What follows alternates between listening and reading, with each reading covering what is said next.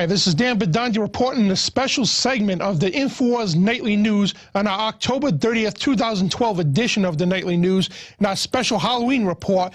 And have you ever wondered the history of Halloween, where it came from, where bobbing of apples came from, bonfires, jack-o'-lanterns and such? Well, today we're going to talk to, back by popular demand, Mr. William Schoebelen, which I had on our InfoWars Money Bomb a couple weeks ago. And before we get to the segment, folks, I want to encourage everybody to go to InfoWarsStore.com right now and purchase Bloodlines of the Illuminati. It's by Fritz Springmeier, great book, 500-something pages, packed full of information about the Illuminati bloodlines. And with the order, every order you get on InfoWarsStore.com, you get a copy of the Citizen's Handbook and a couple of cool stickers for your car, you know, to display your patriotism. And again, Bill Schoebelen, he's a former Illuminati, former 90th degree Freemason, former Satanic high priest, former Mormon, former Catholic priest. He's been there, done it all, and now he's on the good side. And without further ado, back by popular demand, how you doing, Bill? It's great to be here. Absolutely. Awesome. It's a pleasure to have you back. And now Halloween, a lot of people, you know, in public, they go out and celebrate, dress as kids and go, you know, ghouls and goblins and all this stuff, but not knowing where's Halloween really come from. What's the origins of it? What is occult connection with this? And a lot of people are misinformed what Halloween really is. And I think if they knew exactly what Halloween was, they wouldn't be celebrating the Satanic holiday. Well, yes, that's very true. And you go all the way back really to the dawn of history, and you'll find that in the cultures around Bible lands and the cultures of pagan Europe, the pagan British Isles, this night was considered part of a pageant of festivals that were, you know, of course, pagan in origin. They were satanic in origin. They were basically, you know, ways of celebrating the change of seasons. And of course, in the Northern Hemisphere, this is when the nights started getting longer and the weather started getting colder. And it was believed that on this night, or Halloween night, that the god of the dead was going to die and then be reborn later. And of course, he was reborn on the next feast, which would have been Yule, which is December 23rd, 24th, somewhere in there. And so this time that he was dying was a time of great fear in these people, and so the way they dealt with that is by human sacrifice. They felt that if they could shed enough blood, especially the blood of children, that they could somehow let this passing of their God be a propitious one.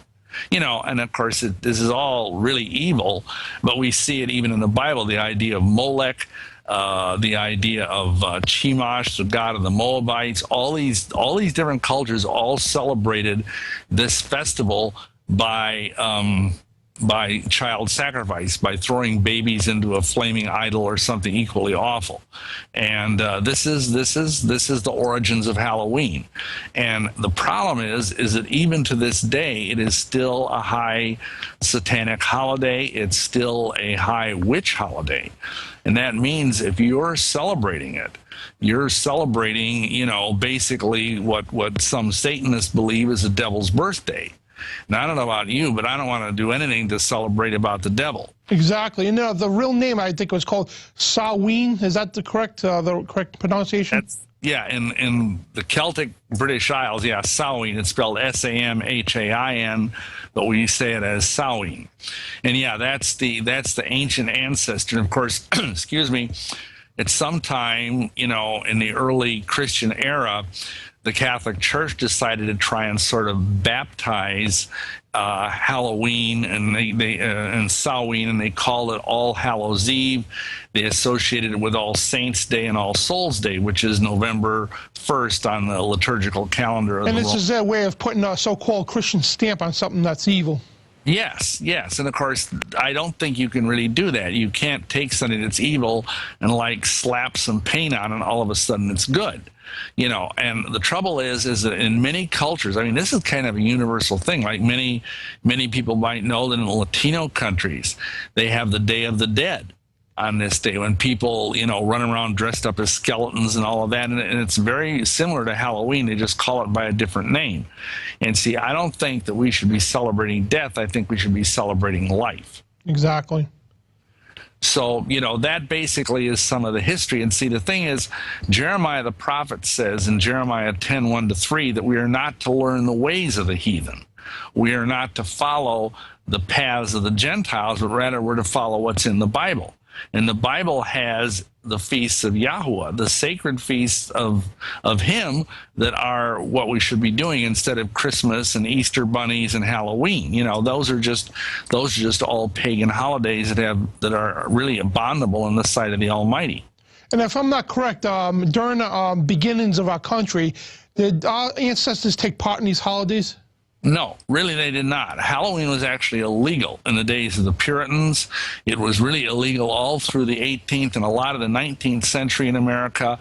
And it was only when the influx of Irish immigrants started in the 19th century, some of my ancestors came over here and they brought Halloween with them. And how in our country we see that things gradually have gotten more and more, lax, or whatever word you want to use, and so people began to celebrate it. And of course now it's become a huge marketing thing. I mean, they're trying to make it as big as Christmas, and but the trouble is, again, it's evil. And I would just like to share briefly why I'm so passionate about this. I had a personal experience with Halloween when I was 10 years old, and I was out trick-or-treating. And this was, way back before there was anything really sinister about it. I think I was dressed as a little clown or something, going door to door getting candy. And I actually was walking down the street. It was Halloween night, beautiful October evening in the Midwest. And I looked up. And as I looked up, I saw the sky was just full of demons. And just black, leathery things with red eyes. And their eyes just stared into me. And I could feel something unclean hit my soul at that moment. And I believe at that moment my soul was defiled by the demonic spirits that surround Halloween. And, after that, I can look at my life, even as a young child, that I gradually began to be interested in the occult and, various weird things. And by the time, of course, I was in college, I'd become a witch. So I think that the danger to children, especially because children are more vulnerable, but even to adults, it's a dangerous time, and we really encourage parents to pray over their children during this season, to not let their children run around alone, and to not let them go trick-or-treat, but rather have some kind of fun that you can do as a family. Exactly. Now, little in the history here of Halloween. Now, where does the bonfire come from? I know it was represented as the bone fire. You want to describe that a little bit?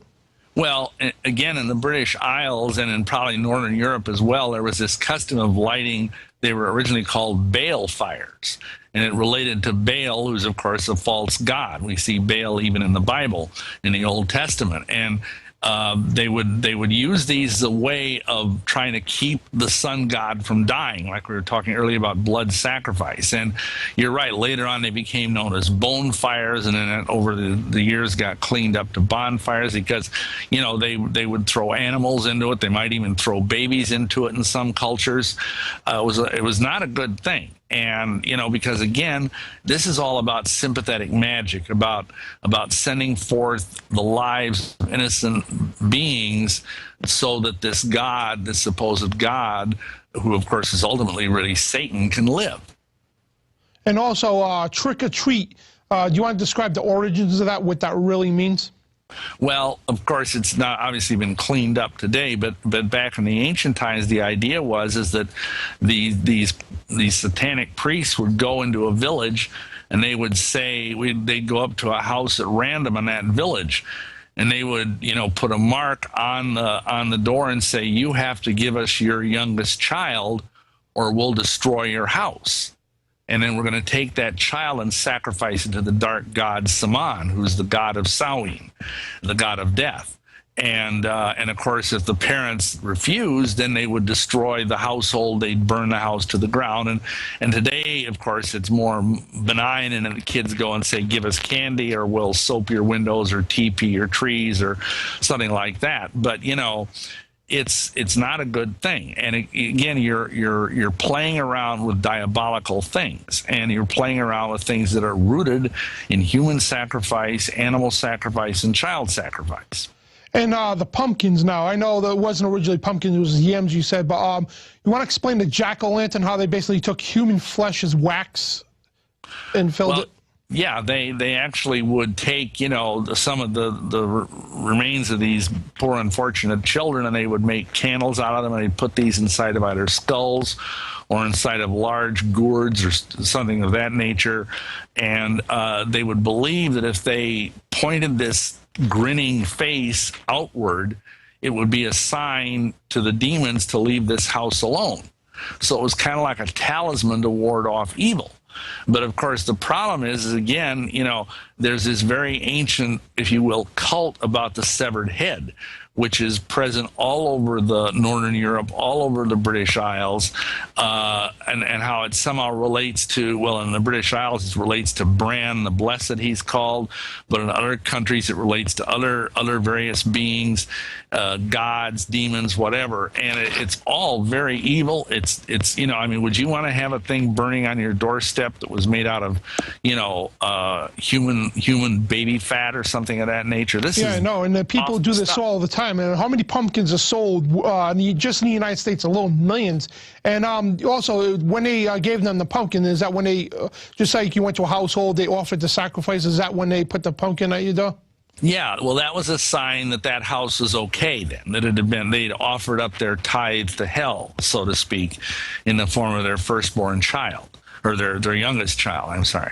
And so that's kind of, the meaning of that. And now, of course, we just see it as a sign of this house is going along with the Halloween thing. It actually has a much more sinister origin. And see, what people need to understand is that these symbols have a power all their own. I mean, you might say, well, it's just a pumpkin, for heaven's sakes. Well, yeah, it is just a pumpkin. But you see, in magic, in black magic, in the occult, there's this idea of thought forms and egregores. That's the word that's used from Greek. And it means basically something that gets power all of its own over the centuries, over thousands and thousands of years of use. And it kind of, demons and strong men come to inhabit it. So even if the person might put this pumpkin out and carve a face on it and whatnot and put a candle in it and think, oh, I'm just kind of being cute like the neighborhood is, it still might very well draw demonic spirits. So that's why we should not, again, as it says in Jeremiah, learn the ways of the Gentiles. Exactly. Yes. And also bobbing for apples. I mean, a lot of people think it's just a bucket full of water, just a bunch of apples, but you want to explain the horrific origins where this comes from? Well, the idea of it is that originally they would actually take, some of the leftover remains of the skulls of these children and use them as something to pull out of the water as kind of a macabre game. And, again, there's some sort of meaning behind this, which we do not understand. And this is true of a lot of things. Another thing that comes to mind is the whole thing of witches on a broomstick. You see, that actually goes back to the fact that in the Middle Ages, witches would literally take, the symbol of a high priestess's authority was her broomstick, which is called a besom. And she would, on certain nights of the year, when they were like planting crops or whatever, they would go out and they would jump around the field after they planted the crop on these broomsticks. And they believed that the higher they jumped, that's how high the crops were. So again, we're talking about sympathetic magic, what's called folk magic. And it was believed that as they did this, that it would make the ground more fertile and whatnot. And of course, some people that weren't witches were probably spying to see, ooh, what are these witches doing? And they saw them, jumping around this field. And, oh, they're going to take off and they're going to fly. Just like, some birds take a while to get off the ground. Well, there's another side to that too, and that is that witches would use what was called flying ointment on nights like Halloween. They would take this ointment, which is made out of various hallucinogenic drugs. They'd rub it on their bodies, all over their bodies, and the ointment was supposedly to protect them from evil, but what would happen instead is that it would give them a trip, so to speak, like we would take acid nowadays. Well, these were like primitive hallucinogens, like belladonna, like aconite and some other herbs that are hallucinogenic, but they're also poisonous. And so once again, we have this association of pharmakeia, of using drugs and the occult and witchcraft all over again. And that's why to have a cute little witch hanging from your porch or whatever, again, you're emulating things that are of the evil one. And also, most people think Halloween is just one day. You want to describe how it's actually 3 days? I think it's the 29th, 30th, and 31st? Well, it's what in the occult it's called an orb. And it does, you're right, it does start up like on the day or so before it, and then it goes one day after it. And that's why, like, again, you see in the Roman Church, you have November 1st, which is, of course, the day after Halloween, is called All Saints' Day, and November 2nd is called All Souls' Day in their calendar, and that's because they're just trying to kind of piggyback on this ancient pagan feast that had already been around for probably thousands of years. So, yeah, it actually starts a couple days earlier. And also, finally, you want to give a message to all Christians, especially pastors out there. Now, I've been to a lot of churches, and they say, oh, come to Halloween, we're going to have a party, come dress as an angel or biblical character. And you want to give a good, strong message to these pastors, and also anybody that's a Christian at that, about not celebrating this thing at all. Take no part in this. Yeah, I would really strongly recommend that. I mean, you can do something on another night, but you don't want to really honor this night, because it is the night when darkness, if I were a pastor, I would have people pray and fast on that night, because believe me, the witches and the Satanists are praying and fasting before that to prepare to create all this cone of power, all this energy that's supposed to be raised on that night, because they believe that this is the night that the doorways are open between the realms of the dead and the realms of the living, and that spirits walk the earth. And so, you know, you don't want that kind of energy going around in your community. And so if believers would take the time to pray and fast in and around Halloween for their children, for the protection of the children and the families and the churches and the community, that would be a much better way to use the time than to have a party where little kids get to dress up like angels. Absolutely. And when you explain how they're fasting and praying, you know, the Satanists, is that with the origins of Hell Night? Because I believe Hell Night's the night before. Is that correct? Yeah, I think in some cities they even have really bizarre things that are done on the night before, and it's called Hell Night. But you know, the point is, whatever the culture is, there's still these people that are very, very dedicated. They're like dark saints, if you will, and they will fast and pray to their gods for the destruction of the innocence of the youth, for the destruction of the morality of our young people. And we need to be just as diligent in getting on our knees and praying and fasting that our young people would stay pure, that our young people would not be defiled by the occult, and all these things. Big, big challenge for us, and we need to rise to the challenge. All right, great. And I'm going to shift gears a little bit here.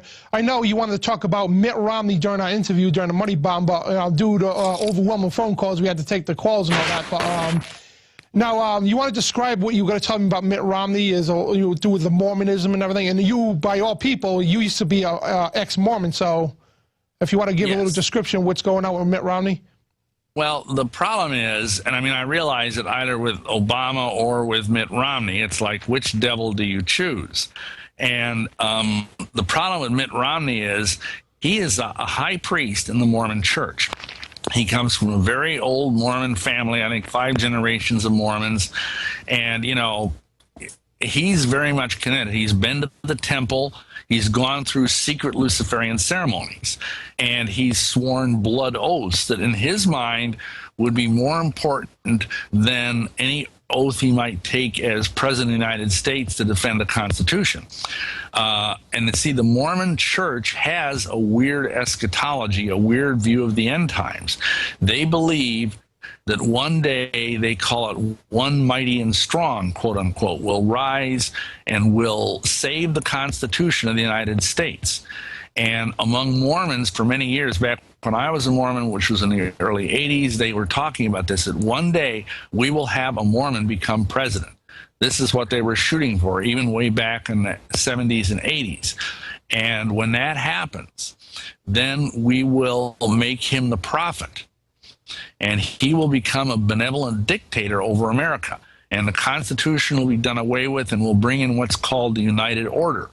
And if you look that up, on Google or whatever, as what the Mormon Church teaches, the United Order is a communist society where everybody owns everything in common, kind of like a commune or a kibbutz, except on a national level. And this ain't good, because it means that the Mormon Church would basically be running the country. And people say, oh, well, that's just science fiction. Well, not entirely. This is what they believe. And of course, a lot of what Mormons believe sounds like science fiction. They believe they can become gods. I mean, Mitt Romney thinks that he one day will become a god, and his wife will be a goddess, and they will reign over many planets and have many, many spirit babies, millions of spirit babies. This is Mormon doctrine. I used to believe this stuff. And the problem is there's a dark side to Mormonism. Because if you actually go through the temple, which I have done many times, you will see that most of the key doctrines in the temple are actually taught by a guy dressed up as Lucifer. And there's so much Luciferian stuff involved in the temple that it's really kind of scary. You look at the Salt Lake Temple and some of the earlier temples, you'll see they're covered with pentagrams. They're covered with all-seeing eyes.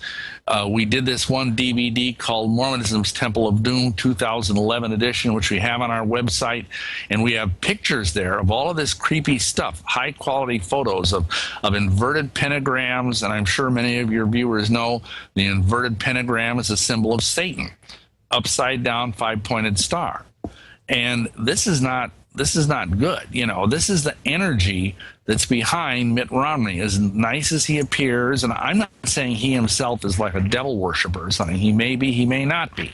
That's between him and his God. All I know is I've been told because I have sources inside the high levels of the Mormon Church, and I've been told that he's very much plugged into the Illuminati, to the Bilderbergers, to all of these, high level, conspiracy types. And I don't know what would happen if he became president. I mean, I can't tell anybody how to vote or not vote, but I just think we need to really be on our knees praying and fasting for our country during this critical time, because we're in trouble like we've really never been in trouble probably since the days of the Civil War. Exactly. And now, a lot of people out there say, oh, we got to vote for the lesser of two evils.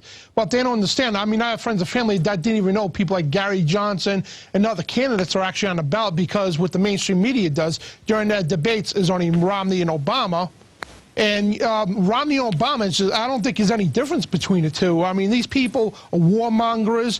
They support unconstitutional laws like NDA 2012, the Patriot Act, HR 647, and so on, and war with Iran. And what do you see coming out of this election here?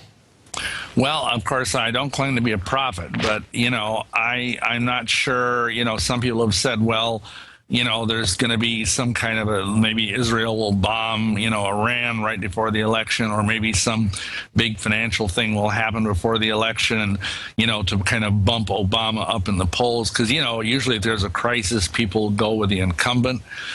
The October surprise thing, I don't really know. I mean, to me, I just offer this up to Yahuwah, to the head of the universe, and say, you've got to straighten this country out. Obama can't do it. Romney can't do it. Only going back to the Bible can do it. Exactly. And we're in big trouble. And we found out a week ago that Romney's family, his son Tag and his brother Scott, purchased, I forget the name of the company that makes the voting machines. They purchased all the, the voting machine companies, and having a big problem up in Ohio, I guess. Under court order, they're supposed to have early voting, but they're not actually doing it, and they're claiming that in Democratic areas, the voting machines ain't working. Huh. It's just a bunch of scandal going on. But you can see equally on both sides how they're trying to throw this election. Oh, well, yeah. I mean, that's the trouble. At the highest levels, this government is run by the Illuminati. I mean, I think your listeners probably understand that, because when I was in this organization years and years ago, I was told that when a new guy is elected president, whether it's Obama or whoever, that he walks into the Oval Office for the first time, and there's a guy standing there who's one of the 9 unknown men. And he basically sits him down and says, this is the way it's going to be. You're going to do this, and you're going to do this, and you're going to do this. And if you don't do this, look what we did in Nixon. Look what we did to Kennedy. We can do it to you too. And so, it's like it really doesn't matter, because there's a puppet master behind the scenes that is running the show, whoever happens to have the title of president. Exactly, and a lot of people out there are already aware that the presidents are puppets. But like you said, where they get their marching orders from is the hierarchy of the world's elite, which is the Illuminati. And lastly, do you want to explain basically how the Illuminati, how they're funded, and how they actually affect all the countries, like the presidents, the kings, the queens, and so on? Well, of course, it's traditional that in every generation, if you will, of the Illuminati, there's a Rothschild involved, and of course the huge banking dynasties, all of those banking concerns, starting with the Rothschilds. They've been creating money out of thin air, like as long as, at least since the days of the Federal Reserve being started. They just make funny money all the time, and they fund it that way. They fund it through drugs. They fund it through war machines. That's why every time there's a war, guess who's making all the profits? It doesn't matter what countries are fighting. The profits are being made by the Illuminati, and it's drugs. But ultimately, these people feed on power. That's the thing people need to understand. And when you join an organization like the Freemasons or the Mormon Church or any other false religious system, Jehovah's Witnesses, whatever, you're funneling spiritual power, occult power, if you will, the power of your own soul, your nefesh in Hebrew, into the devil's battery, if you will. And that's how and of course, like I mentioned at the beginning of the show, you also have blood sacrifices are used to raise power. All kinds of things are done. But people need to realize that if they aren't in the army of Yahuwah, they're, without knowing it, in the army of Satan and in the army of Illuminati, except maybe they're just down at the bottom and they're cannon fodder. That's what Freemasons are. The typical Freemason is just cannon fodder for the devil. That's all they are. And they don't even know it, most of them. Exactly. And you want to explain basically in the early part of this country how, George Washington in his farewell address warned us don't get involved with political parties, and how basically the Freemasons and the Illuminati created the Republican Democratic Party to divide people to the right and the left, which also ties into occultism. Now, in the occult, you ever see that movie Pan's Haunted Labyrinth? Now, the kids had a choice. You take the red door, which was the red, the right door, and the left door was blue. And this relates into politics. You got the red, represents the right side, and the blue is the left side, and this is the occult as well. Do you want to give your take on basically how the Freemasons planted the Democratic and Republican Party here in the United States? Well, yeah, because that's kind of Masonic doctrine. If you look at the Masonic temple, they talk about how you have this black and white checkered pavement on the floor of the temple, and that represents this dichotomy, this false dichotomy, like you say, between left and right, between Zionism versus fascism, between capitalism and communism. That's how they work, or between left and right, between Democrat and Republican. All of these different things, they're all just a shadow play. And the reality of it is that both sides are being run by the same guy. But of course, the word devil comes from the Greek word diabolos. And diabolos means to divide. That's the root of that word. And that's what the devil wants to do. He wants to divide us. And of course, we've seen our country right now become more divided than it ever has been, again, probably since the Civil War, between, the rich and the poor, between the conservatives and the liberals or whatever. And that's what the devil wants, because he knows, the cliche, divided we fall, united we stand. And we need to get together under Yahuwah, under the supreme, deity of the universe, and join under him and under the Bible. Because if we don't get this nation back on biblical track, it's going to be toast. And it is. And look at Mitt Romney now. I think what he did was, Paul Ryan, I think he's supposed to be a Catholic, whatever. But you notice how they always bring in a vice president that appeals to the public, like they wanted a woman in the White House. So, 4 years ago, John McCain brought in Sarah Palin. Even though they didn't win, whatever, but appeal to the American citizens. And he's doing the same thing because he knows, you know, the Christian movement's big and the truth movement's big. So he's hijacking this by bringing in a young Paul Ryan that claims to be of God and all that, just to, you know, go after the, you know, the true conservatives and say, hey, you need to vote for me because we're going to turn this country around. Oh, sure. Yeah. And I mean, you see that a lot. And of course, that's just politics. And I'm not knocking Paul Ryan. For all I know, he might be a very, you know, godly individual. But, you know, I do know, of course, if he's a Catholic, there's some spiritual issues there, which, you know, is another discussion. But even though I was born and raised Catholic, there's a lot of spiritual bondage in that religion nowadays. And perhaps that's something we can talk about another time with the Jesuits and all that. But, you know, it is something where they're just deceiving us. They're giving us, you know, really false hope. And instead of putting our hope in the Democrats and Republicans, we should be putting our hope in Yeshua and in his gospel and in his truth. Exactly. And just say Paul Ryan was legit. He was constitutional, was a good guy, whatever. But people don't understand, you know, which they're trying to soak everybody's vote. But they don't understand. Paul Ryan has no say what goes on. It's Romney and the puppet masters that have a say. They just bring in vice presidents just to, you know, appeal to the public to, you know, just to grab their votes. Absolutely. It's like I said, it's a shadow play. And all we can do is pray that the light of heaven would shine and drive out the shadows, because that's what it's going to take. You know, and that's why I'm saying we need to pray for. We've had some great revivals in this nation, starting with the Great Awakening, you know, over 200 years ago. And we can have great revivals again, but we need, you know, believers to be on their knees, fasting and praying for this nation like never before. Exactly, Bill. And, you know, I mean, we got two evil demons. I don't think ever through the history of our presidency elections have we had two monstrous demons going head to head for the title of presidency. I mean, these people are evil. I mean, like you got Obama so-called fulfilling the Muslim prophecy. Now you have Mitt Romney supposedly fulfilling the Mormon prophecy. I mean, you're seeing end-time stuff here. And yes. In your final take on, you know, just both of these guys. Well, the fact of the matter is that Islam and Mormonism are two sides of the same coin. They both come from the same source, which is Satan. And, you know, they if you look at how both religions started, they both started with an angel appearing to somebody and giving them a fake scripture, whether it's the Quran in the case of Islam or whether it's the Book of Mormon in the case of Mormonism. And it's the same thing. They're just two sides of the same coin. You know, one wants to create a socialist utopia with Islam rising. The other one wants to create a theocratic Mormon kingdom. And, you know, either way, you're in trouble. So we need to pray for the Almighty to give us a third alternative, which is his reign. Exactly. And we see the end times coming for sure. But, Bill, once again, I want to thank you for your time. And you got 30 seconds in closing here. If you want to promote your website once again.